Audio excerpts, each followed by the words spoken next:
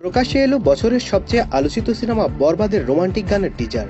প্রীতম হাসানের কণ্ঠে দ্বিধা গানে শাকিব এবং ইদিকার রোমান্সের এক ঝলক দেখা গেছে। দর্শক বলছেন বছরের সেরা রোমান্টিক গান হতে যাচ্ছে দ্বিধা। টিজারে এক ঝলক যেন দর্শক হৃদয়ে গান এবং সিনেমার প্রতি আগ্রহ দ্বিগুণ করে দিয়েছে।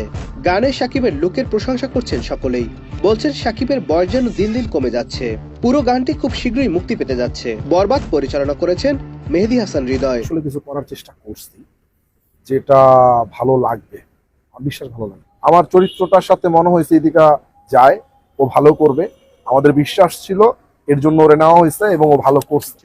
বরবাদে শাকিব খান ছাড়াও অভিনয় করেছেন ওপার বাংলার জনপ্রিয় অভিনেত্রী ইদিকা পাল, যিশু সেনগুপ্ত, মিশা সওদাগর সহ অনেকেই।